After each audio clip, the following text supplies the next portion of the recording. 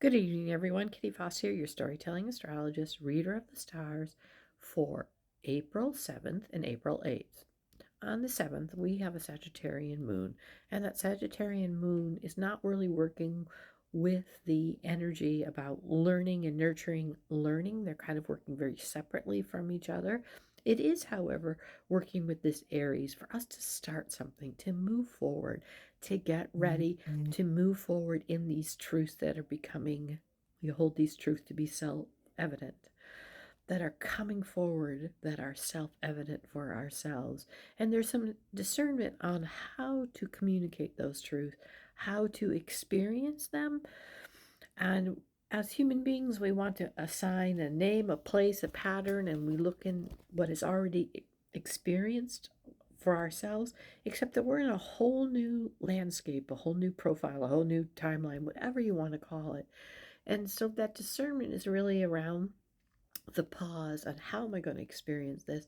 How am I going to really step forward and flow with this, to really step forward and understand that in these last moments of Aries that our Mercury is staying after it had gone retrograde. And what am I getting ready to experience, be, communicate about? So today, some discernment around what have I been flowing with, I just think is the way it should be, and I can let that go. And I can move forward in something that is brand new, not nurturing what has been. So the learning that is working separately is bringing forth these ideas. Then tomorrow, that Sagittarian moon stays until 5:52 a.m. when it moves void of course. And in its last moments, in its 29th degree, it is working with the 29th degree of our Mars energy, also in Pisces, really getting ready to push forward on the 9th back into Aries. Aries rules Mars. Mars rules Aries. Energy, what begins. So in this 29th degree, we're learning all of the lessons of flows that haven't worked, things that have swirled for us, and our own private energy is stepping up to say, I don't want to do that anymore. It's a little separate from the chaos and the awakening that's been happening that is also in its 29th degree, having us really look at what do we cherish. It is working completely separately.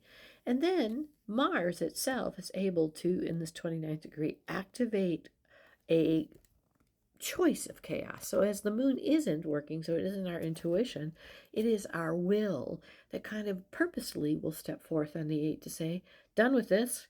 I'm going to experience this differently. I am awakening to an understanding, and even though it may cause me some havoc, I'm aligning new flows to come forward. I'm getting out of my own whirlpool. And on the 9th, we're going to really be stepping into whatever that energy is.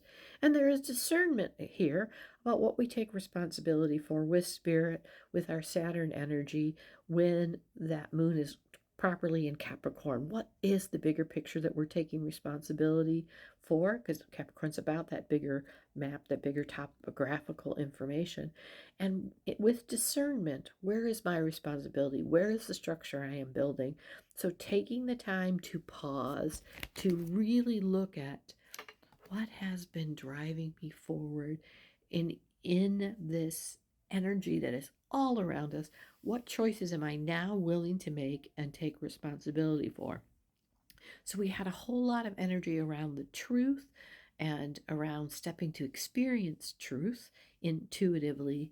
And then we are taking our will, pushing forward to whatever may come, whether it's chaos, but understanding that this will is a lining that's been swirling with an awakening, and then looking at the bigger picture. What is my responsibility?